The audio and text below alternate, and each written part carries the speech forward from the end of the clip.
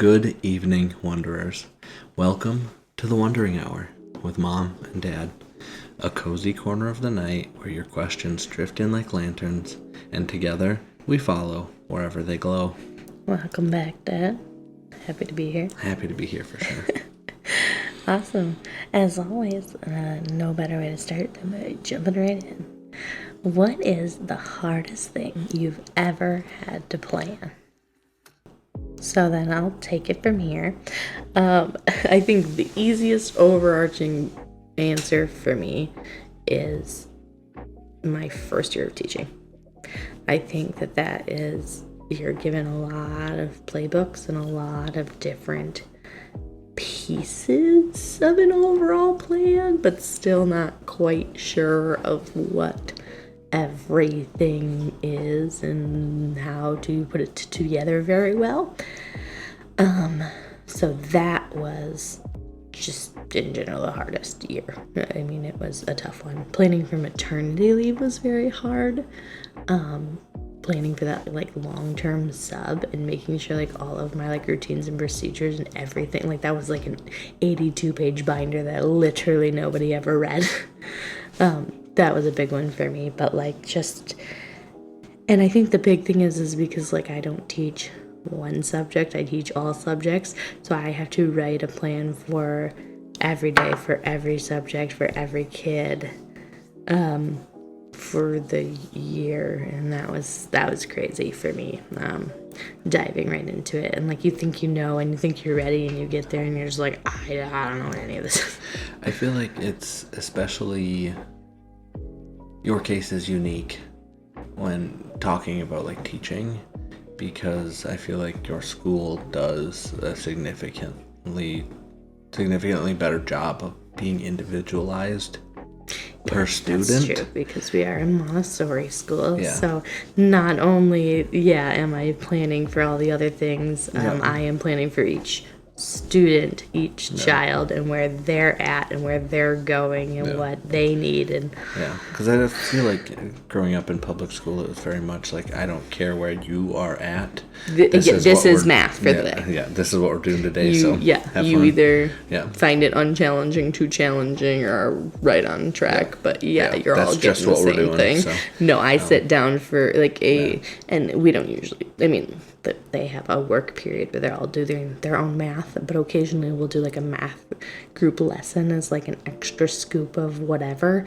and I have 8 different worksheets for 8 different kids and 8 different materials set out. It sounds like a lot, and definitely way harder than anything I've ever had to plan. Well, I can't. I like to imagine you in my role sometimes, literally planning anything. No. Because I remember sitting down with my mentor teacher, and she's okay, let's talk procedures. When they're going to the bathroom, what does that transition look like? And I'm they walk to the bathroom, and she's okay, but how do they walk? How do they get your attention? How do they wait? How do they know that somebody's in there? How do they know that they're done? How do they know that it's a good time to go? There's so many 15 other questions that go into the just go to the bathroom. Yeah.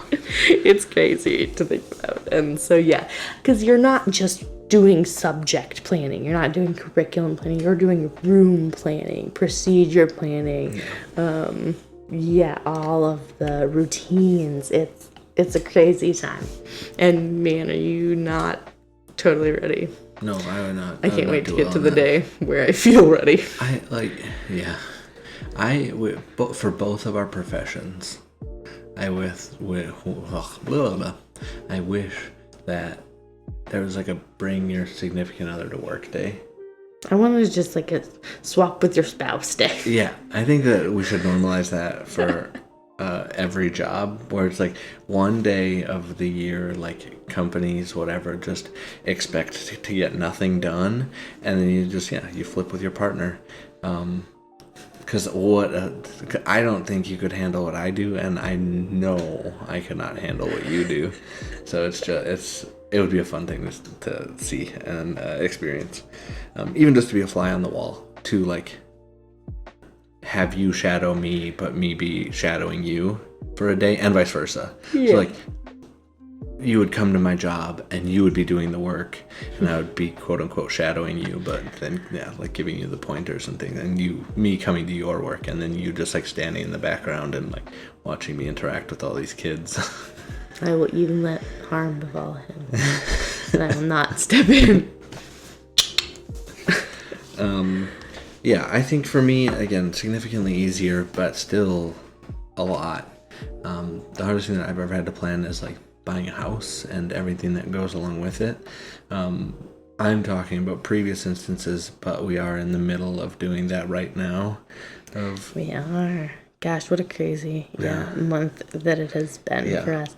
And the funny thing is the first time we bought a house, I remember being like, whew, that was way easier than I thought it was going to be. Yeah. So I love that that's like, this is the hardest thing I've ever had to do in my whole life. And it's not a lot of work like you would think a lot of work is. Like your planning is like you sit down and after your 8, 10, 12 hour day, you do another 4 to 6 hours of planning. Like that's a lot of work. But it's just like there's so much. And I know that this is a luxury that men get that like women generally don't get. But like I haven't been able to like do the man, turn my brain off since we started this process. Like it's always been like something. I haven't been able to do that since birth. It's been wild. Since birth. There's been just something always. It's, did we pay this? What are we going to do about this? We need to clean this up. If we take this down, can we live without it? Blah, blah, blah. And it's just a lot. That's fair. And we have had an expedited house selling and buying experience the last month as is, so I'm sure that's extra overwhelming. There's not really time to like gather and think and to breathe, because it was so funny because we cleaned our basement and we're like, cool, that was a big task on our to-do list. Spring cleaning, crushed it. Now we're ready to kind of like start talking about maybe selling our house now that our basement isn't overwhelming us with junk. And so like to reach out and see like what our pre-approval would be, to get that like 2 days later. And then be like, well, I'll just reach out to a realtor friend. And then she puts me on the search list immediately, to then that weekend to like getting houses on the thing that we're like, well, we should go look at these. And then that following Monday to go look at houses, to that Wednesday putting in an offer on a house, to that Sunday having our house ready to sell. From Monday to Wednesday doing house showings every day after working. To then accepting an offer, and then I got strep throat, so it's a wild time, and now here we are. It was very, very much. So now we're just like getting all the documents together, and like, it has been a lot of planning and prepping, and very much expedited. This time I think my first house I think was most stressful because I was doing all of this stuff that I'm doing now from a different state. Like we drove up to Colorado from Louisiana for a 4-day weekend. It was like we drove Thursday night, got in Friday midday, slept, did house showings Saturday and Sunday, and then drove back Sunday night.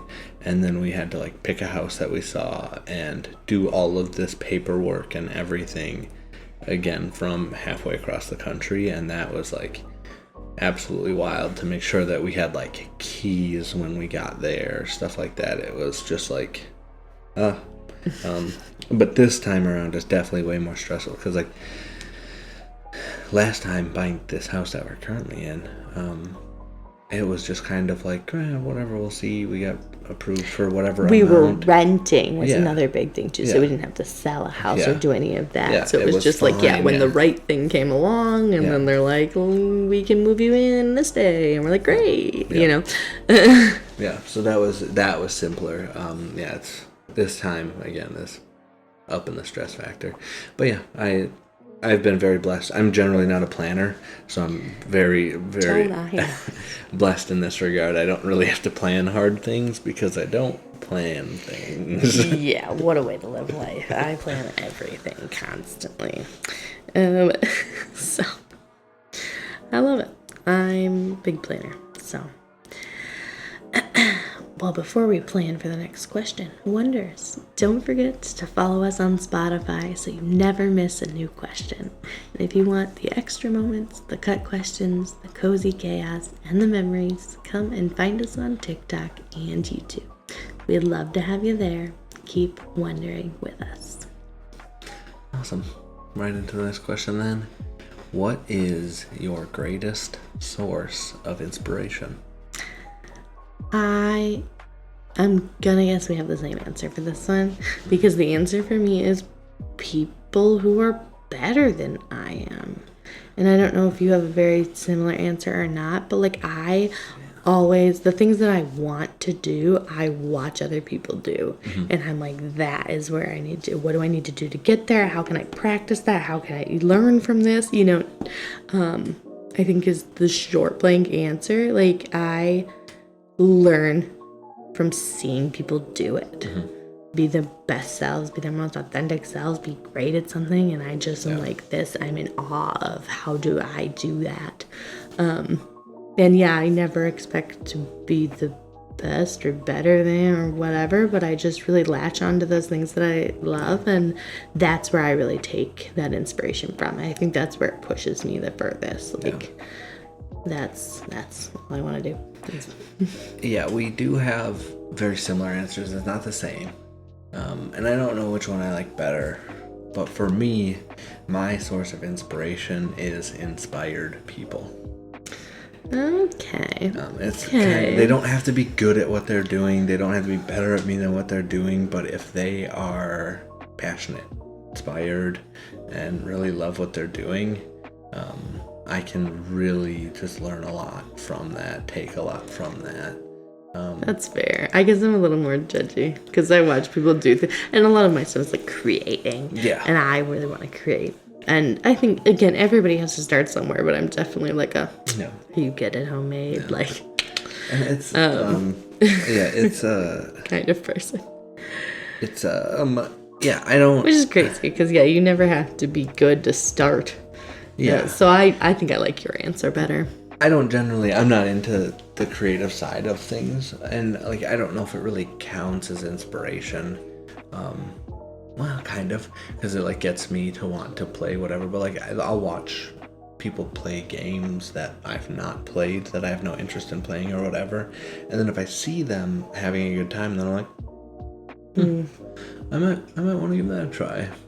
Or if they're doing, I don't feel that way. I could never. Doing something like a big Magic fan over here. Listen to the previous episodes if you want to know more. But like people will be playing decks, and I'm like, I'm not like a control player.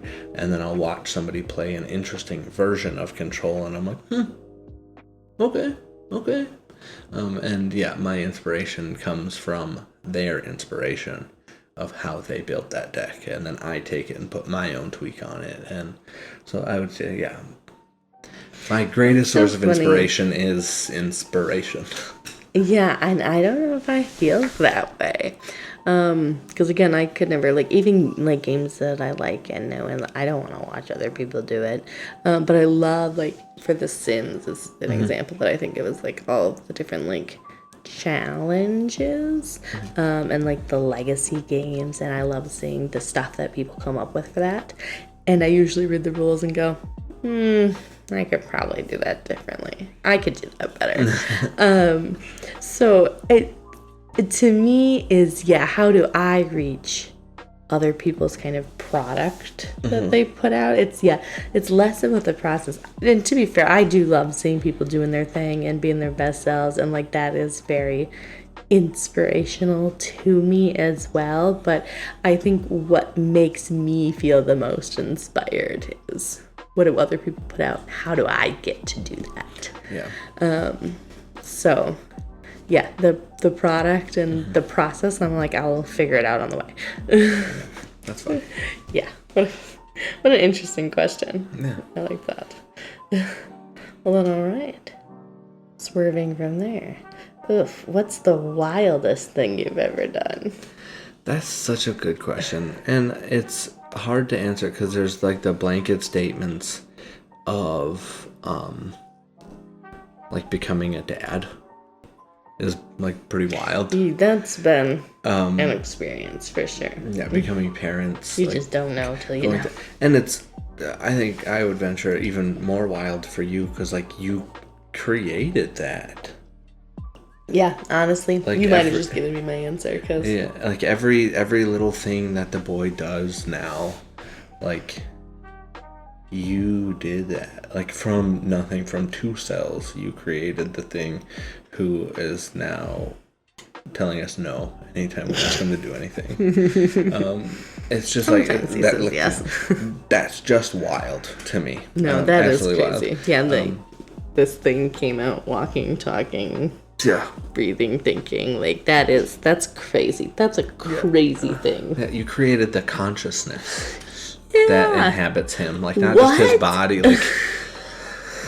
Yeah, that's my answer. I'm locking that in. That's nuts. Final answer. Yeah, that's like that's crazy to think about. Yeah, I think that would like blanket all the blanket answers that I'm just like, I'm not gonna blanket answer. I don't have I'm leaning into that. Yeah, for sure, because that is like for you specifically. Again, for the mom, for like me, it's like, and I was also there. Here. So for me, I don't feel like I could take that, but for you, like you created that thing. Yeah. Wild. There's no other. You can't use any other adjective other than like wild. So, sure enough. For me, a silly spin here. Something that I think about when someone's like, "What's the craziest thing you've ever done?" What's whatever. I was in Cuba when I was in the army, and we had little. Like vantage points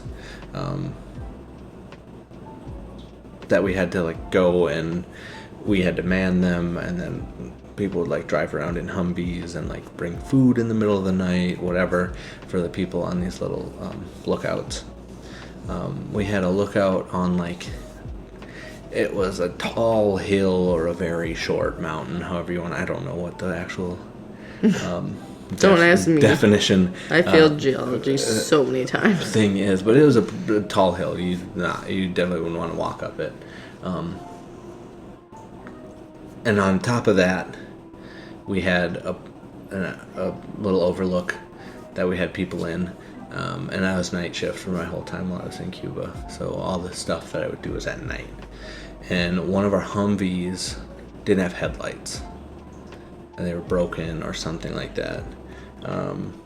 And our commander signed off on it that it was okay to run at night because like the main area had streetlights. There was like no reason that we really needed headlights. Fair. But getting up to that outpost, that little lookout, we had no streetlights. Again, it was driving up a road on the side of a tall hill, short mountain. If you go off, you're rolling all the way down, and it's straight up not going to be a good time. So me and my TC drove up the side of this mountain on a road that was probably no wider than like 2 feet on either side of the Humvee. No headlights, pitch black middle of the night to get these people their food. He had night vision goggles as a TC. I did not have them. So it was just like he was guiding me a little bit to the right, a little bit to the left, whatever, all the way up this tall hill, short mountain. And yeah, it was a soft top Humvee, so if we're rolling, we're probably not making it. And that was that's the wildest thing I've ever done. That was a fun. We survived. Yeah. All right, that's a pretty good answer. Because, yeah, I could never. Not as cool as making a whole human. But that is true. You didn't create consciousness. Yeah. So, yes, we're not the same, but don't ask me to drive. So, I'm trying to think which date it was. But I road trip somewhere and I'm like, these roads are too narrow, and I hated every second of it. So, yeah, I can't even imagine. If I feel like my shoulder is subpar, I'm like, this, you know what, scrap the whole thing. I don't need to go anywhere. Yeah, it was definitely a fun time, and it was not lost on us, like, all the things that's like, why would you sign this off? Why are you letting us do this? But yeah, it was a fun time. Happy I only had to do that once. After that, the headlights got fixed, and we had headlights for the rest of the time there, but that one trip was very, very sketchy. Of course. Yeah. On to the next question, then? Yeah, that's all I got. If you could be trained in any one thing by top professionals, what would you choose? I think, and maybe it's a silly answer, I think for me it's any sort of acting. I did so much theater, and I would love to just see, like, any medium to that. Like, it can be, you know, like your live theater, it can be like TV, it can be voice. I mean, some sort of acting, any strain of that, I would just love to know how the pros are doing it. And, you know, what are we all missing? Because it's such a passion for me. And, like, again, if you didn't have to be, like, lucky enough to make it and whatever, like, that's just something that I would love to lean into and learn and be more of a part of. Yeah, that's very cool. That's a very good answer. I didn't even think about that. And yeah, like, to get in with those top coaches that I'm sure are thousands and thousands and thousands of dollars to even, like, talk to you. Oh, yeah. Especially as, like, a normal human, to, like, again, the top just to be like, yeah, I trained with whoever. Yeah. That is such a foot in the door, which is nice to think it out. But yeah, very cool. It's who you know, baby. I took a different spin on this. For me, huge fan of, like, Gordon Ramsay. I would absolutely love to, like, spend a weekend with him and just have him fire hose as much of his cooking knowledge into my brain as he could. That, like, an absolute inspiration, everything that he does. I really, really enjoy all the shows that he makes, all the, like, even his little, like, cooking from home videos on YouTube. Like, I'll watch those. That's how I learned how to make scrambled eggs. Yeah. Yeah, I would absolutely... It's the only thing I can make. I would absolutely love to just soak up as much of his knowledge as I could, because I absolutely love cooking. Baking would also be fun. I don't know. I feel like that's much more, like, artistic, though. That's so funny, because when I think of baking in my head is more technical. Yeah. So, like, my mom was always like, she liked baking because it wasn't as artistic. It was more of a exact. So, which is why she likes math. It's exact. You know, it's very. Yeah. The creation of the fundamentals of baking is way more technical. Yeah. Than the creation of, like, a normal dish. But the actual presentation of a baked good is way more artistic. Like, it would be cool to, like, make a cool cake, but I'm not going to be out here, like, drawing fun pictures on it or making it look like a purse. Like, that's I suppose. Yeah, baking and decorating are very different. Yeah, I suppose. But yeah, like, baking would be fun. But yeah, I like Gordon Ramsay. Yeah, I just soak up every bit of his content. And also... That could be cool for me. You should figure out how to do that. Yeah, I'll reach out to him. I'll let him know. Gordon, if you're listening, hit me up. Send us an email. Side note, not a sponsor. Mom and I were like... We saw his frozen dishes in the freezer section of our local Walmart, and we're like, you always talked bad about frozen food, Gordon. Can't believe you finally sold out. Yeah, I totally thought it was like a Ratatouille. The bad guy, for sure. And we were like, in a pinch, we just were like, let's try them out and see what happens. And oh my god, they rocked. They were awesome. They're so good. So not a sponsor. But if you're in the market for some frozen dinners and you want it to taste good, Yeah, it was really, I was blown away. And like, again, even like the meat dishes like tasted like meat, like not like your... It wasn't like frozen, it tasted like fresh food. It was not a frozen-y type thing. Yeah, it was, 10 out of 10 for a frozen meal. Highly That was recommend. awesome. Highly Gordon Ramsay recommend. knows what's up. Yeah. He really does. Yeah. He's another like best of best. Yeah. That's why, absolutely top profesh. Absolutely, for sure. would love to study under him, for sure. Okay. Use a cartoon character to describe your athletic ability. This is so... I love these questions. It's such a back and forth, and it's such a wild time. And are you still thinking on it? I'm still thinking on it. I think that my it would be like a normal guy, like Homer Simpson. Like, I'm not strong, I'm not weak.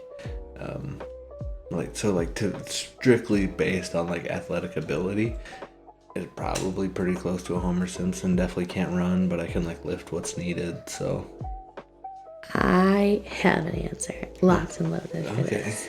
SpongeBob SquarePants. It is SpongeBob SquarePants. Like when he's working out and he lifts like just the pole with the stuffed animals and it's like heaving about it, and I'm like, you know what?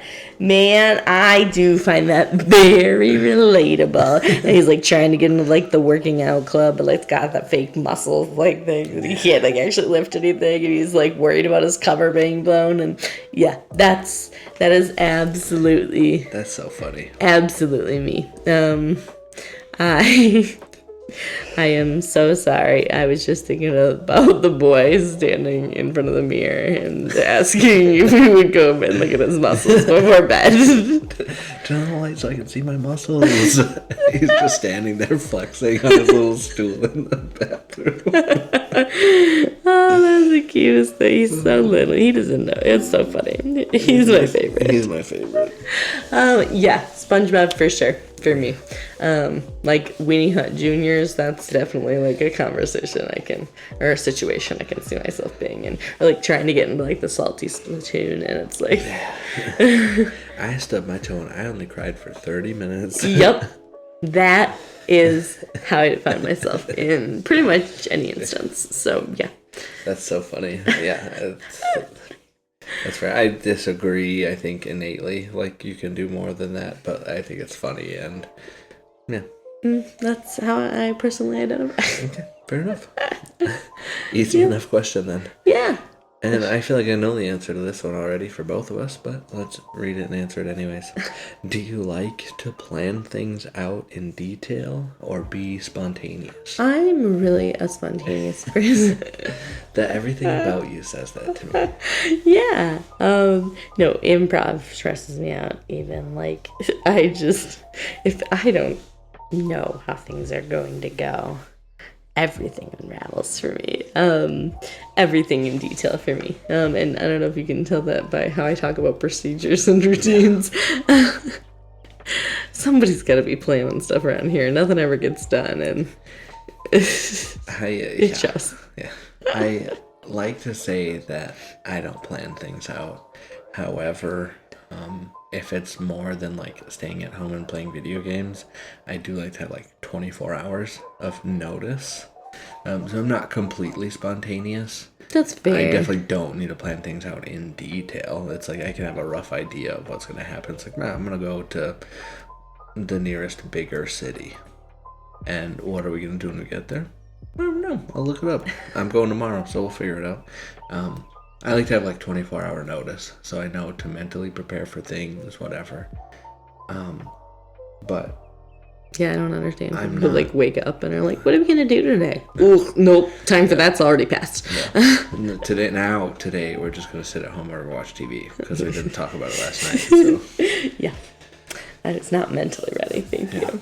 Yeah, I like to also like every now and then it's like, oh, we should go out to eat tonight.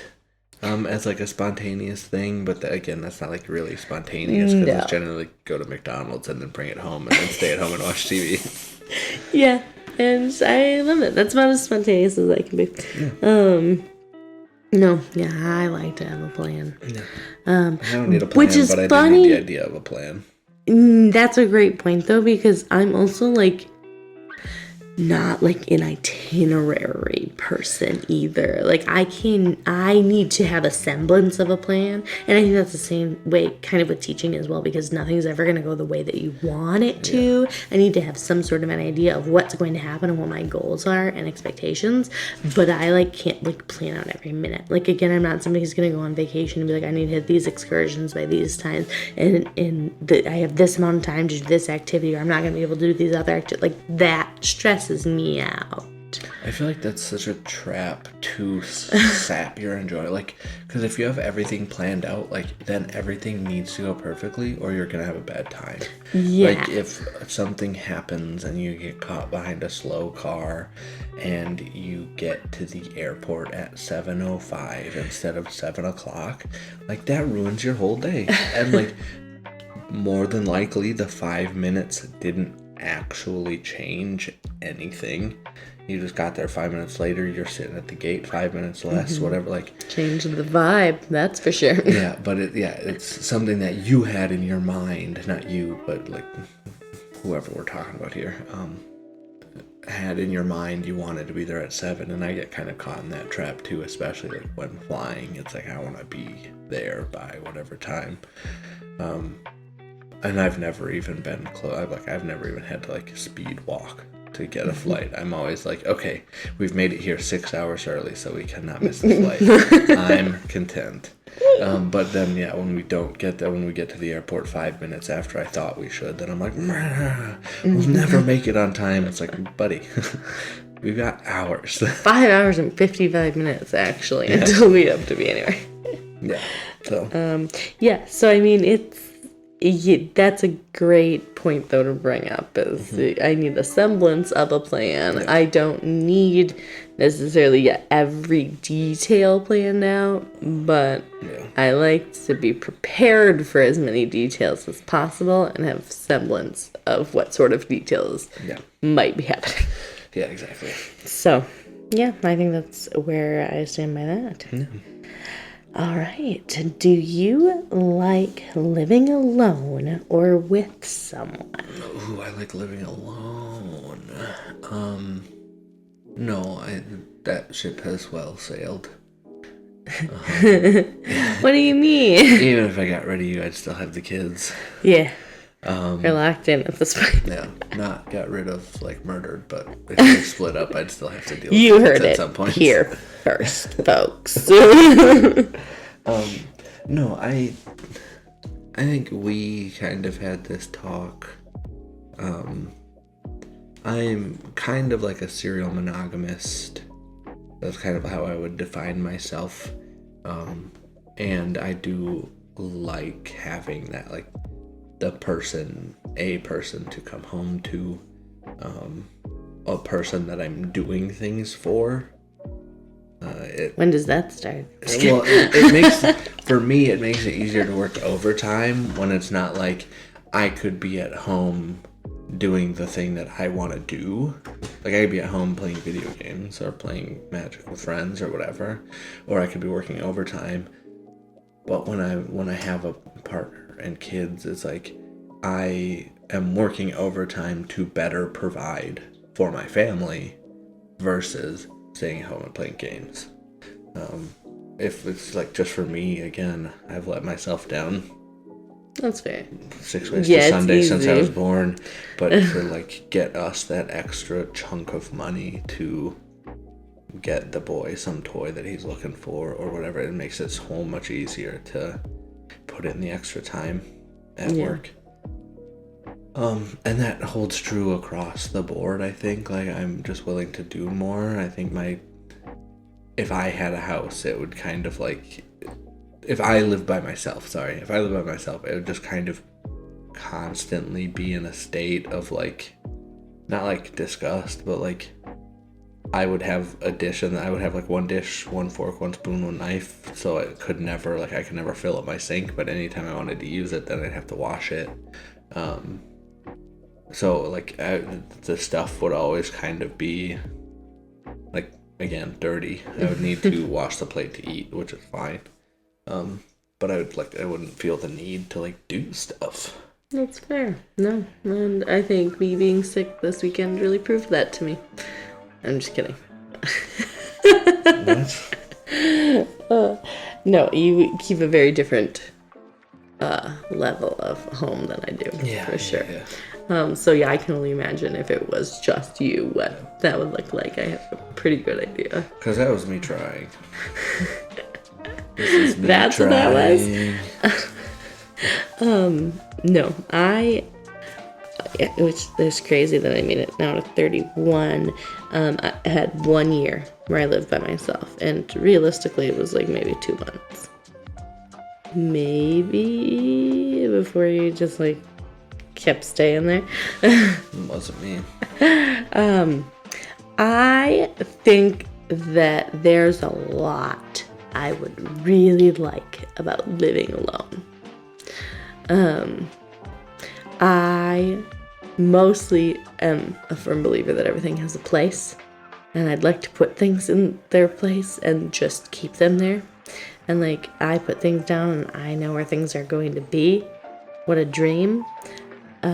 I create the level of mess and maintain the level of mess, and that I could do. I think that would be awesome. I would love that. However, I've also like worked with people and they're like, hey, go wash the dishes, but I'll come out like every 3 seconds because like I have a thought I need to say out loud. And I think that's a pretty good like image of why I couldn't live alone, because I've always got something to say and I need somebody to be around to hear it. And it could be a cat, it could be a dog, I do not care, but I gotta get thoughts out of my head. So I definitely, I prefer to live with somebody else. And while I'm definitely like a parallel play kind of person, like let's hang out nearby each other. Yeah. I don't need to interact with you, but I like having someone around. Yeah. Again, mostly because if I have like random thoughts and things to say out loud, then I can just do that. Yeah. So I think I do prefer having people to live with, and I like our busy home now, and it's always fun, and yeah. I love having someone excited to see you when you get home. That's the best. Yeah, that does feel pretty good. Yeah. And spreading out a little bit will be nice too. Yeah. Just a little bit, not a lot. Just a little bit. All right, on to the next question then. Awesome. Do you make time for what matters most for you? Absolutely not. I wish that was not my answer to this question, but I'm just at a point where I have other things that come first. It's just, at the end of the day, if I have time to catch my breath, that is what I get for the end of the day. That is my reward. You can have a little breather. Even as a treat. Even after finishing this, I'm going to have 30 minutes before I go to bed, and that's going to be my 30 minutes where you bother me. So it's you know, that's what I get. And it's hard because then every so often I will get time periods where it's like, hey, this is you a decent amount of time. You could do something that does matter to you. And I'm like, I don't know where to start. Yeah. I don't even, it's not worth it because I only get it for this 4-hour random chunk on this Tuesday this month. So it's like, why? I'll just exist through this and then try again next month. Yeah. And I think it's kind of stuff like that like I didn't see growing up, but like that makes empty nesting so hard. Yeah. Because I have a very different answer to you than this, but also like you sleep during normal sleep time and I sleep during the daytime. Mm-hmm. So my nighttime is free. Again, I watch kids and I deal with their stuff, but I mean the kids have been absolute rock stars about sleeping through the night, and that allows me the time to do the stuff that I enjoy, where it's not you sleep during that time and I awake during that time. But like empty nesting seems so much like, and even as the boy grows up and the girl grows up and they don't need us to cook for them, we give them the skills and stuff like that to oh, you can make supper one night a week or 2 nights a week or whatever if you're interested in that kind of thing. Once they start giving us the time back, it's gonna be like really eye-opening and like a weird change back, like rediscovering who you are. Yeah. Oh, absolutely. Especially how dated will empty my nesting. mods be? Yeah. Especially empty nesting for sure. Like when both the kids move out of the house, like to have a quiet house again is gonna be a very eye-opening experience, I think. Absolutely. No, I agree with that. So yeah, I wish my answer was different right now, and someday I'm not gonna feel that way. Yeah, you're gonna wish that your time was taken, and I feel that too. I'm gonna wish that the last time, not gonna know the last time when the boy's gonna cry in the middle of the night for me, and I just get to come up and retuck him in, and he's gonna do his little sleepy giggle, and then be passed out again before I even close his gate behind me.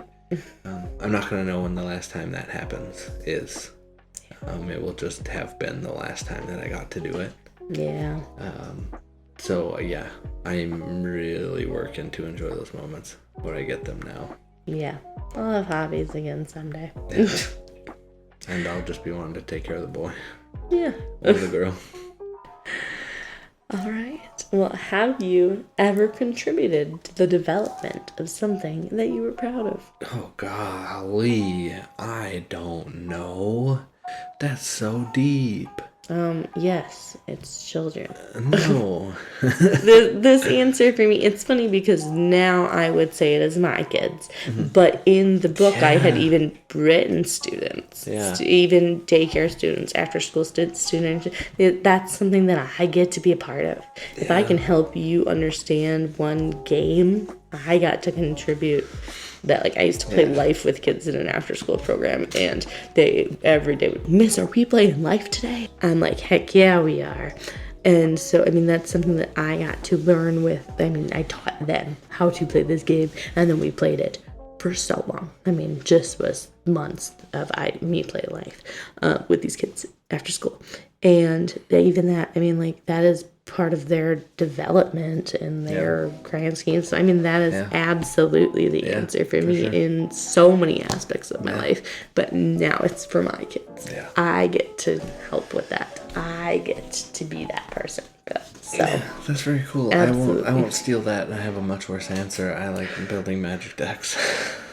That is a terrible answer. It's so bad. I don't think I've done I anything. created consciousness, and I was there. Yeah, I don't think I've done any, like, I'm curious as to what I said in the book, but yeah, I don't know what I've done that would count under that. Obviously, you took the kids, so I don't want to take that from you, but yeah. I mean, just in my head, like, your podcast. Yeah, that's something. Yeah, that's fair. I don't think about that, especially as I'm actively doing it right now, and that's the only thing on my mind. Not even this one, but like your other podcasts and things like that. But yeah, like my personal TikTok, I've been like really, really proud of how that's going. Like, it's nothing, but I'm at like 180 followers on that, just like doing silly magic stuff, and like it's fun. Yeah, it's one of those things.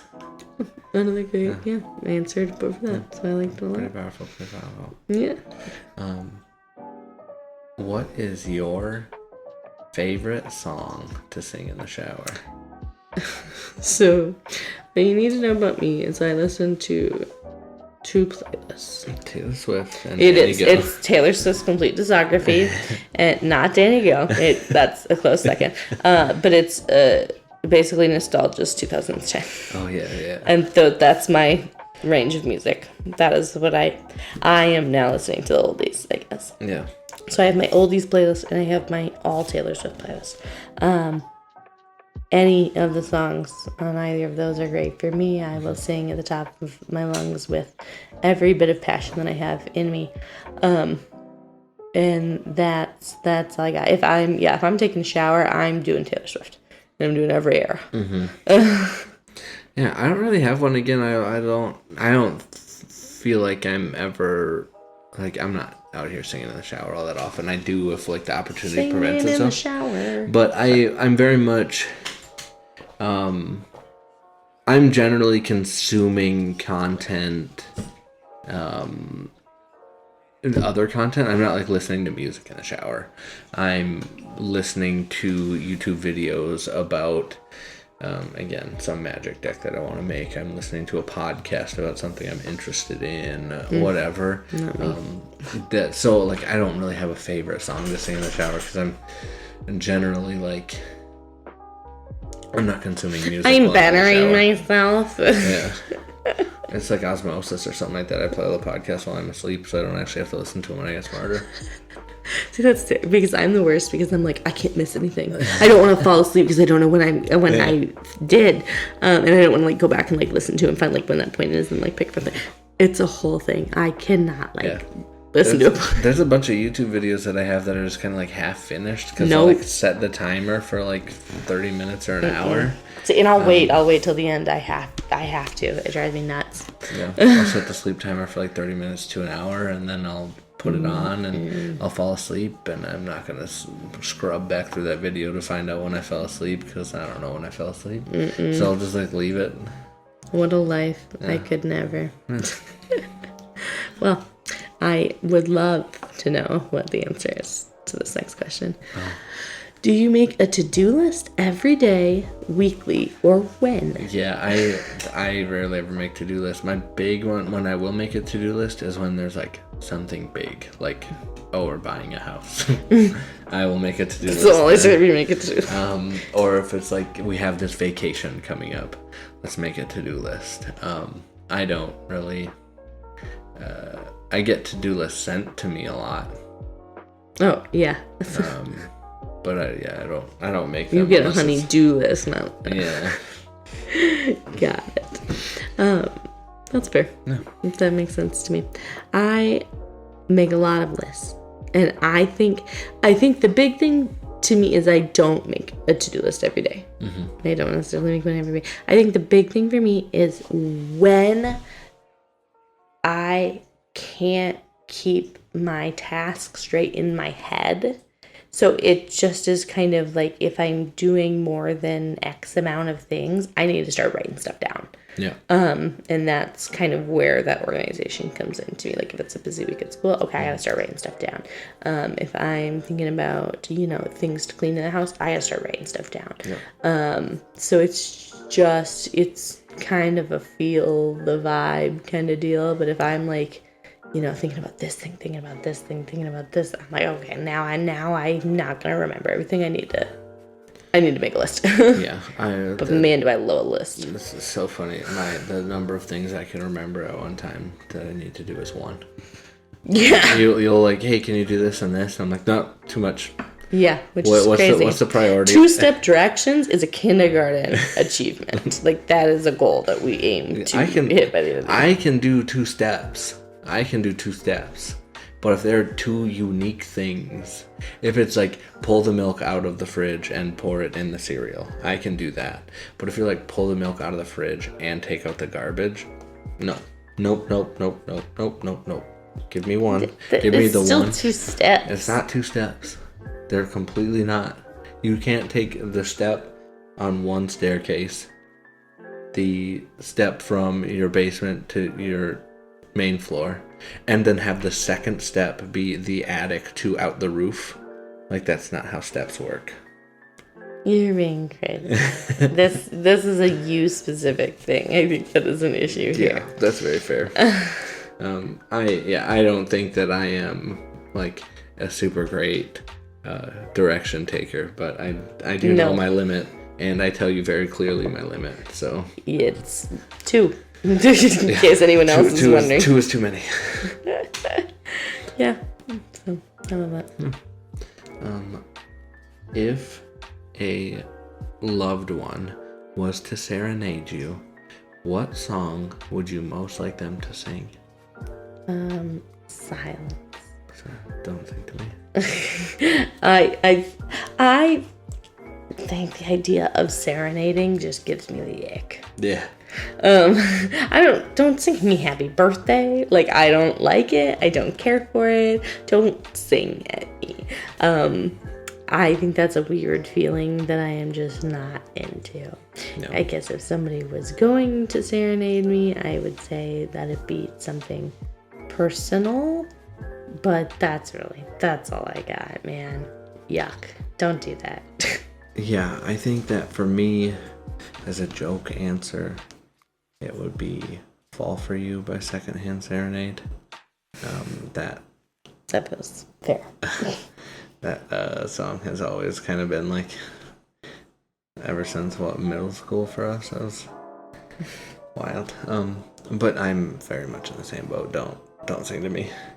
That's definitely icky. Yeah. Again, even Happy Birthday is you. Yeah, I don't like it. Yeah. I don't. Why? Who made that a thing? Don't go like if we're out at a restaurant on my birthday. Don't go like. We're gonna have words. That's my worst case scenario. Yeah. Ugh, if people are gonna sing to me, I'd much rather not. Which is so funny because I'm very much like acting, theater, but don't make it about me. That's not my vibe. Yeah, it's very much. I think we're both very kind of like low key people. If we could kind of skate through life like just kind of doing our thing, we would. But yeah, I think that. Yeah, don't do that. Don't put me on the spot. Don't do anything like that. That's not a fan. pretty gross. Awesome. Well, then I will move on to the next one. And if you ever really passionate about something, then suddenly lost interest, and what was it? Yeah, there's like a whole host of things. I feel like this is kind of like the ADD curse. Yes, this is exactly what I was going to say. Is I have ADD. Everything I've ever been into, I will lose interest. Yeah. Like video games are like that way. I'll like start playing a new video game, or like go back to an old video game, and I'll like only play that video game for like 4 days and put 48 hours in those 4 days, and like, well, that was fun, and then I'll move on. RuneScape is like this a lot for me. It comes in like swings. Yeah, I've said that about The Sims before too. Yeah. It's very much, I'm going to go all in and then see you in 4 months. Yeah. World of Warcraft, before I broke that, was very much that for me. But yeah, like RuneScape, I maxed my account, so that was like the final, I think, nail in the coffin for it until they release another skill. I'll probably come back and put any amount of work in to get it to like that skill to level 80, and then I'll stop playing for a while, and then I'll come back, and then I'll get it to 99. But yeah, I feel like you could name almost anything, and that's something that I've been really passionate about and then lost interest in it. I would also like to say, and again, that's very much an ADD thing, is I'm somebody who hyperfixates on something. Yeah. So things that I am passionate about, I am going to go all in on. Yeah. And it's just not sustainable. Yeah. And I think that just very apparently I'm going to have to lose interest at some point. Because even things that I love, like art and draw, I can't even think of the last time I sat down to like draw something, but that's still something that in my head I'm like, I'm very passionate about it. And I'm like, you know what, building and painting my minis for like Warhammer, that was also something I put a lot of time into that, and now it's like, hey, do you want to build or paint a mini? It's like, no, that couldn't be farther from what I want to be doing right now. Yeah. So my short answer for that is everything I've ever been into. So I do like to think that I'm generally just like a passionate person. So again, I'm gonna go all in, but I can't keep that up. That's just a curse I think that our generation has, being the most anxious generation, or whatever they say we are. Yeah, actually I think that's the one under us. Maybe our kids even. I don't remember. Whatever. I think it's our kids, because I was invited to a parenting seminar about it. Crazy. Fair enough. Yeah. So. All right, on to our final question for this evening. Who would you want to star opposite you if you were in a movie? Okay. There's not like a lot of people, I guess, like super on my like short list. In terms of actors that I like and that I would like to be in a movie with. Yeah. Well, my in the book answer was Dave Franco, and I'm still trying to like sit in my head and be like, is that the answer for me? Yeah. And I do love Dave Franco. I just think he's a funny guy. I think he's doing fun things, and I think he'd be fun to work with. And you don't even watch his most recent movie with me, so I fake fan. don't like horror films. Fake fan. I said I was a fan. I never said I was like a completionist. Like, what is it? The right term? I don't know. Where I have to watch everything. I'm not gonna watch everything. That's just Fake fan. Shut up. Anyway, and welcome into our podcast. I hope you enjoyed our argument, and we'll see you next time. No, I don't know. I think that it would be like the greats as far as comedy goes. To star alongside Will Ferrell would be really, really cool. Star fun like guy. Steve Carell, I think would be great answer. What a great. I just want to work with somebody funny. I think I could like work with like Seth Rogen in a movie. Yeah, I think the big thing for me, I think, would be like somebody that I feel like I could learn something from. Like, I'm sure that as far as acting goes, any person, any movie star now could teach me something. Oh yeah. But to like really bring my comedy to the next level, to like get like Will Ferrell, a UCB guy, like that would be a really, really cool experience to have. Definitely be able to shape my comedy around teachings of his, stuff like that. So that would definitely be my answer. I'm sure Kevin Hart would also be, what a blast. Yeah.